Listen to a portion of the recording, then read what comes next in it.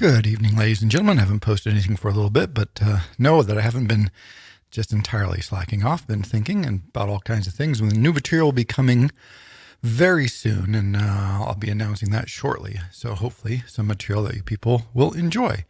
Before I get into that, though, I did want to mention that a good friend of mine, Selfhelp, has a new novel up that you can hear on YouTube. It's got beautiful illustration, beautifully read with music. It's called Benghazi, and I think I'll put a link below, and if you want to check that out, you can just click over and listen to it. It's first part of it is up, but it's just I think you might really enjoy it. I know I did. So just wanted to pass that along. Tonight I want to ask a question and explore a question, reflect on it, that I think is at the heart of a lot of what is going on in our culture at the moment. I mean, again, I've mentioned this before, that the stressors come along. We have several of them going on in our community or in our culture at the moment, and it exposes certain fault lines and deep patterns of thinking that are often laid down. We think of them as being contemporary issues, but they've often been laid down very, very far in the past. And one that keeps returning to me now is a simple question is, are people fundamentally good or fundamentally worthwhile just because they exist? Or do people have to do certain things or be certain ways to actually be considered potentially valuable, worthwhile, or good? This seems like a odd question because I think our knee-jerk reaction is to say, well, of course people are worthwhile. And it's like, be careful. One of the great parts of Confucianism in the Chinese tradition is that one of its core theories is that basically human beings want to be good, and that to do good they just need help, right? They consider it sort of like growing a crop or taking care of a plant. If you nurture people and put them in an environment which helps them to cultivate their native goodness, and they will be good. But if they're in an environment that stunts them or damages them in some ways, then people who would otherwise be good will do things that are viewed by culture or individuals as bad. And so, but their core belief is that fundamentally human beings, on average, most people are basically decent, and hence basically valuable, right? That the decent human beings have value. Greeks argued something similar, both Aristotle and Plato, basically in different ways, actually in some similar ways as well, but they both argued that, look, no one knowingly does wrong because wrong harms you. And so it's only ignorance that leads people to do evil or unhelpful or unfortunate actions. And so they viewed people as being ignorant, but ignorance is simply something that can be redressed, right? It can be with education or, again, a good environment or a helpful upbringing. Well, that will then allow them to understand the world better, and then they wouldn't make the kinds of errors of judgment that lead them to do evil things. Or at least the people who matter. Now, sometimes there's an argument about that. So this seems like a crazy sort of background, but right now, I believe we're leaning culture, and of course this always comes in mixes, but we're leaning culturally more towards this notion that people are flawed and wrong, and that they need help or fixing for them to be good and or valuable, or even potentially good. Now, that tradition comes to us in the West most strongly from Christianity, which argues in one of its very influential forms, or in several of its very influential forms, that people are fundamentally flawed, original sin, fall from grace, and only through the intervention of divine power, Jesus or God, depending on where you are and what your different version of this is, can you hope to even potentially be redeemable, right? Hence Jesus is often referred to as the Redeemer. You can't redeem yourself. You're so fallen, you're so broken, you're so awful. There's really nothing you can do for yourself. You can only hope. Often this is through grace or through prayer, or again, many debates in different Christian groups about how this takes place. But basically, you need outside intervention to make yourself good. And valuable. And what this means, though, is that people are basically not good in and of themselves, that just a person on their own in their normal, natural, native state is bad. Then you had someone like Rousseau. People always talk, it's easy to make fun of Rousseau with his, noble savage. But what he meant was that no, human beings in their native element, in their natural environment, are noble, which is to say good and valuable, and that it's elements of civilization that have corrupted us. This is a really central attack on the notion of original sin, and the notion that everybody is fallen and damaged and corrupt. And so, Rousseau is rolling this argument out to try and redress what he sees as the demeaning of the native nobility of mankind. So anyway, this argument has been going on for centuries and centuries across many different civilizations, but it comes back to this basic question: is, are people fundamentally good or valuable, depending on how you want to think about it, or are they fundamentally flawed and damaged and worthless, and they need to do something or achieve something or have a special status to make them worthwhile? Aristotle, for instance, famously argued that certain people are just, slaves are just inferior. They're born inferior. That's the way they are. And that notion meant that for the elevated classes, certain people are good, but certain other people are just necessarily bad. And those people are slaves or barbarians, which just means the other people. And that's another popular one. Some groups of people are born good, but most everybody else is fallen. Again, in Christianity, this notion that there's different groups, the good people and the bad people. This was the elect, right? Many different Christian groups, particularly in Protestantism, have this notion of unelect. There are some people who have been chosen by God. The chosen people, of course, goes back to Judaism. Like, we are the elect of God. Everybody else is sort of also rans. They're third rate. They've got the wrong gods, but we are the true chosen people. We are the elect, and hence we are necessarily valuable and special in ourselves, whereas everybody else is either second rate or they have to do something to achieve greatness or even worthiness. And that sort of central question that keeps being argued about. Now, this is not going to be resolved, by the way. This is not one of those things that is going to, one day we're going to wake up and go, oh, well, here's the answer. People are innately valuable, or no, people are innately invaluable. It's just that it ebbs and flows in society, that at times, and I think times like this, a time of stress, what I feel like is that there's been this very strong rise in the sense that no, people are somehow fundamentally wrong. And that they need serious intervention if they're going to have any hope of being right. And that kind of, I think of as basically anti-human, is that when you think that humans are in their native state damaged or flawed, then what you're really arguing is against the human, right? That you have to do something superhuman. You have to rise above your humanity to achieve a state where you have value or worth. And so I think it is a very strongly anti-humanist feeling. And what I find interesting about this is this notion spans political parties. We think of everything as being divided along political lines these days, but in this case, it's very clear that this deep rooted sense of humans as being worthless or damaged or irredeemable cuts right across political parties. It's both parties, extremes, middle. It doesn't track that way because it's so deep into our cultural roots. And so, it's easy to pull some examples, but a couple that have been jumping out at me lately. One is the notion of work and how the value of people is tied to work. Now, this is not a new observation, certainly in America, where we think that everybody's worth is tied to their job. But, it's sort of taken on this next step. So, there's been a lot of talk about universal basic income or guaranteed jobs for people. And usually this comes from the left, right? It's seen as a progressive or a leftist ideal. But the notion that someone's value is derived from them working and being productive. There's a long, multi-century, millennial-long notion of, can you be saved by your works? Will God redeem you from your flawed state if you do the right works? Some Christian theologians have said yes. Some Christian theologians have said no. And then there's been a whole range of mixed, complex positions in between. But this has been a hugely running debate, which is why I find it fascinating that the lefts and progressives somehow suddenly latched onto this and decided that, oh yes, if we provide a world in which everybody can work, that is the best possible world.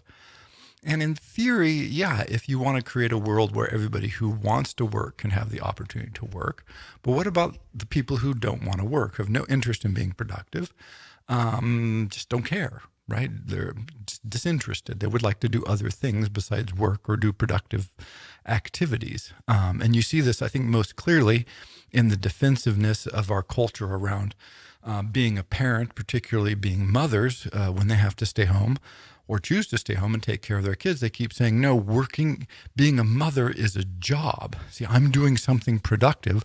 I'm a valuable member of society. The idea, the like mind-blowing idea that mothers and parents in general, stay-at-home fathers, people who are actually raising, caring for other humans and fostering their growth and hopefully helping them grow to be healthy future humans, need to justify that activity because it's not perceived as being real work is it just boggles. I don't really even know how to respond to it. It's like, oh my God, are you kidding me? I mean, that's crazy, right? But that should be the root definition. Everybody else is wasting time. No matter what you're doing something less valuable than nurturing children. I think that's almost by definition, or maybe a few other things we could think of, some other examples, but basically that's really, as a society, there's your core. This is the future. These are the future people of your world, of your country, of your society, of your neighborhood. You want them to be well and healthy. They need nurturing and love. Parents can provide that.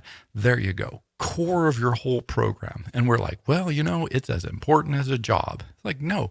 It's more important than jobs. Jobs are stupid and third rate relative to that activity in any sort of sane value system, right? And so the notion that this need is like, and you can look it up on the internet. They say, well, if this were a paid job, here's all the positions it would be, and here's how many hours it is, and this is the kind of work that's really being done, is a signal that what we've decided is that people who aren't productively doing work that is recognized by society are somehow wrong, right? You are not just in and of yourself redeeming yourself as your existence, even when what you're doing with your existence is this incredibly important and natural, human, beautiful undertaking of trying to raise healthy children. So, that's sort of how far we've gone down that road. Now, if you back up one more step and go, well, what if I don't have kids? What if I just want to stay home and not do anything? I want to garden or take care of my plants or stare out the window. Well, should this person be eligible for government support? Should this person get free education, free health care for housing, food? Do we say, well, no, society has no obligation to individuals who are unwilling to provide for themselves, in which case, again, basically we say, look, if you don't participate in the system, then no. Now, traditionally progressives have said, well, we don't want people to starve and go hungry and, we want to care for people, but they've tied that to work, right? Like to be worthy of support, you need to participate. And so this becomes this interesting case of saying, well, if you're not working, of course, when anybody who wants to is guaranteed a job, notice this really would make you an outcast. So I think it would be an interesting experiment. It would really, really sort of make you this kind of outlier that would be sort of separating themselves off from society. And so that sort of desire to sort of universalize work as some sort of utopic move is sort of, I think, really anti-human, because I'm pretty sure lots of people, not everybody, I think most people are happy to work. They like to do productive work. They find it invigorating. It enriches their lives. They feel good about themselves when they do this. So I think for lots of people, I think it is a good idea. But I think for a lot of other people, it's like they're fine. They have no interest in being productive in any way. And should they have to be? This is really one of those fundamental cultural questions that we rarely stop to ask. And of course, on the right, the rhetoric is much stronger where they say, well, if you can't go out in the free market and earn your own job, well, screw you, right? So this is the sort of, work and survive, and it's a dog eat dog kind of world, and, the strongest will rise to the top. And, this rhetoric that we're used to associating with sort of the libertarian right or whatever, where the government shouldn't be intervening. And, if you can't afford healthcare, then you should just suffer and die. That's fine. Right, that sort of wing we associate with the right wing. But, when you build a structure around people having to work, it's really a very similar fundamental take on what makes a human worthwhile and valuable, but it's expressed in a very different way. And that's what's fascinating to me, is that in both cases, it's the working that makes you eligible to be considered a good and valuable member, and the not working that makes you suspicious, right? And that's that sort of that nexus line there.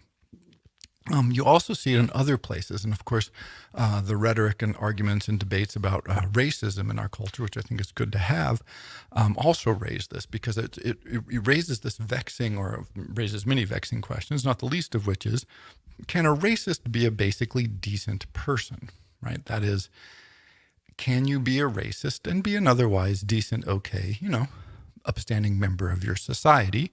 Or does being a racist make you an irredeemably bad person until in some ways you've addressed this fatal flaw in your character? And this is and depending on how you feel about that, depends on how you feel you need to respond to the issue of racism. One way to look at racism, I think basically a very helpful and insightful way, is to see racism as kind of mental illness, right? So if someone has a mental illness, we don't tend to, we try not to, or we probably shouldn't think of them as just being horribly flawed, and there's nothing you can do for them, and let's just get rid of them, right? That sort of just push them aside, we're trying to get more respect for and more sympathy for people with mental illnesses, but that notion of but if you view it as a flaw that is integral to the individual, well, now your response is very different. If you say, well, because you're a racist, everything about yourself and your life becomes tainted and hopeless and worthless until you somehow, I don't know, recant or prove your worth or renounce your past. And this goes to, the history of this is perfectly clear and not very pleasant, where you have show trials, or you have the conversion of the Jews, and then the whole suspicion that there's all these crypto Jews out there who didn't really convert but only said so because they were afraid of the Inquisition. It just goes all the way back, because is it integral to them, therefore they can never actually really not address it, and therefore they're always flawed? Or is this simply one aspect of a larger, more complicated person that would allow them to be okay? So, they've got racist tendencies, or they say stupid, ill-informed ideas, but otherwise, they contribute to their community. They are wonderful neighbors. They're loving parents. They do all this other good stuff. But it's all scratched, right? Where do you make that line? And this is that tricky notion. Are people completely irredeemable because of a single flaw, and can only be saved by whatever the intervention is, right? Is it the grace of God, or is it a re-education course at work, or is it a public denunciation, or how does one elevate oneself, right? What societal process do we go through? And then when you take it from the individual level to the cultural level, you go, okay, what is the difference between a culture being racist, having a tradition of racism, having laws that are biased and unfair, or that are applied in biased and unfair manners, which is certainly clearly the history of the United States? How does that track then on to the individual, right? Is if you're participating in a system which is flawed, does this make you necessarily flawed, right? And again, we go back to the Nazi war crimes. Hey, I was just doing my job, right? It turns out not to be a good excuse for a lot of things. And so, it opens up all these vexed nexuses, nexi? What's the plural of nexus? all these interconnections and intersections that make you realize that this question of, are people fundamentally pretty good and pretty decent, and we like them generally, but hey, they have their flaws, they're crazy, everybody, we all have our problems and our misperceptions and our misunderstandings, and we do stupid things that we wish we hadn't done. Or are people basically flawed and hopeless, and there's nothing good about them unless they really start making some efforts to fix themselves, which is probably not going to be that helpful, but at least they're trying, and so we'll give them some points. It's really troubling. And one way to think about this also, most self-help books, which is why I struggle with the genre, start from the position that there's something wrong with you. And I think people reach out for self-help books because they feel that there's something wrong with them. And it's not that we shouldn't take opportunities to grow and reflect. And I mean, this is kind of what I think of philosophy as being the process of, in part, is this, self-reflection and self-understanding and growth and awareness. But one of the questions I think is far too rarely asked is there a flaw with the individual, right? Is there something wrong with me? Or is there a misfit between something about me that is just fine, not a problem, but doesn't line up with my culture, with my society? Then the problem is not you. The problem is the nexus between you and your society. And if you start if you see yourself as wrong and your society is right, then what you end up doing is just trying to fix yourself all the time. When there may be nothing inherently a problem there. I mean, there could be, but there may not be. And so the importance of asking that question, I think of this as sort of the difference between the pursuit of health, which is I want to feel good and I want to be able to do what I want to do, and I want to be able to express my physical joy, and I want to live well and be pain-free, and that's great. Physical health, this seems like a native drive for most people, is to have that sort of health and vigor, as opposed to standards of beauty. So, that this is a whole different thing. Being healthy and well and vibrant and vital is different from meeting whatever your cultural standards of beauty is at the moment, which of course are hugely variable.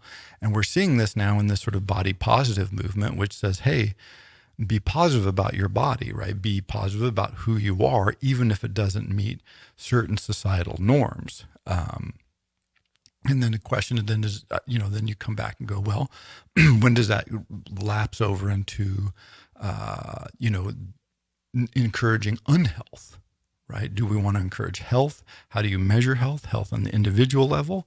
So is it that if you don't match a norm, there's something wrong with you? Or is it that, hey, as long as you're healthy and vibrant, you're good to go? Again, this is that sort of, are people fundamentally healthy, and therefore they just need help potentially in expressing that? Or are people fundamentally ill, and until they really get some specific program and are meeting all these external guidelines, then they're kind of hopeless. And, you can see examples of both in our culture. So this goes, right through just about every aspect of our society, where the debates that on the surface seem very different, or from very different sides, or discussing wildly different issues, can be understood in some ways much more clearly if we asking ourselves, do you view people as fundamentally flawed and damaged, potentially irredeemably, and therefore they need this intervention of some kind to save them? Or are people fundamentally good and pretty decent, and that if they need anything, they just need maybe a little help, a little understanding, a little compassion, and maybe the lights will come on, maybe they won't, who knows? But that doesn't matter. They can still be a decent person despite the flaws. That this is a tough one. I would say right now, because of the tensions in our society, we're moving very much more towards the notion that, the people who feel or do or say certain things are irredeemable. They basically become non-people. They become, oh, it's the notion of not saying, oh, well, that person is hopelessly liberal and they're progressive and they love everybody and they're tree huggers. It's the notion that, oh, they're socialist demons who are destroying the American way of life, or they're libtards, or, it's this very aggressive notion that they are just worthless people. Then on the left is like, oh, well, is there a problem with race in the country? Obviously, yes. Can people be racist? Certainly they can. But then does that make a person fundamentally wrong and irredeemable? And can that person then be demonized and assaulted and attacked? Like, ooh, right? And it very clearly get to that sort of medieval place where we find somebody we hate, we line up around them, and then we stone them to death. That's a tradition of that is great. We love that, right? But what it says is that person, for whatever reason, has been singled out as irredeemable, and that we can assault them and abuse them, and we can feel good about it. It's not that we go, oh, we're sorry we have to do that. No, it's our duty to do this. This is why burning people at the stake was called an auto de fe, an act of faith, right? This was a way of helping them, right? Like burning them to death, we're really helping them. Same thing with witches, right? Ooh, these witches, they're a threat to our society. There's nothing that can be done to them, and basically we're helping them because, they're possessed. They're so wrong that the best thing we can do is to kill them. And that's, when you take this logic to its extreme, this is where you get to in history, is this notion of, selecting out groups, pushing them aside, making them redefined as hopeless or hopelessly damaged and unsalvageable. Or, again, the flip side of that is to just they're flawed, they're messed up, they make mistakes, they're human just like me. Right? That their humanity is not fundamentally different from mine, and my humanity is okay. I feel pretty good about it. So I feel pretty good about them, even if we disagree about every possible thing. Right? That's the, that sort of sense of like, okay, even though I think that person is wrong about everything in their life, I still think like, well, that's okay. They have it's okay for them to be that way. I wish they wouldn't be that way. I wish I could convince them to be some other way. But basically, hey, it's all fine. It's, free love. Everybody, let 1,000 flowers bloom out there in the world. And so, these kinds of questions is, is it possible to be accepting like that, or when does that become a problem itself? And they say the one thing that tolerance cannot tolerate is intolerance, right? At some point, intolerance itself becomes a threat to tolerance. Like what do you do when you're trying to tolerate incredibly intolerant groups or positions, right? When does that actually have to become recognized as a danger? And again, tough to think about. But yeah, so as you're hearing all this rhetoric, as we live in these contentious times, I think it is good to pause and ask ourselves, do we think people are sort of reasonably good and decent at their core? Or do we think they're sort of hopelessly flawed at their core? Because how you answer that question and how you think about it dramatically impacts just about everything. How you respond to cultural inputs, how you understand other people, how empathetic or compassionate you are towards them. It's really one of those core, deep values. And basically, I think we vary. I don't think we tend to be purist on this. Our culture certainly isn't purist on this. It vacillates. One is in dominance, and then the other, and it goes back and forth. But it is a fundamental and deeply informing question that we can ask ourselves, and also ask of other sort of rhetorics or arguments or positions that we see. If you see a position like I said, I was mentioning the one with work. So the people who are interested in modern monetary theory often promote this notion of, universal jobs for everybody. It's like,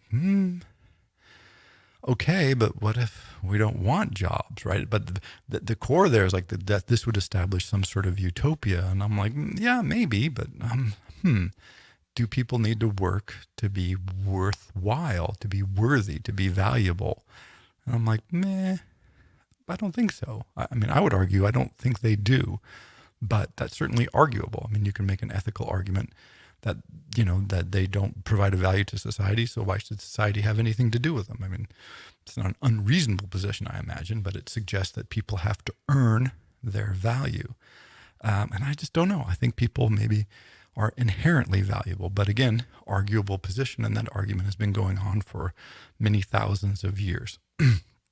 So just something else to ponder, another level of complexity. But I think if you look down very deep at its core, you'll find that this notion is very central.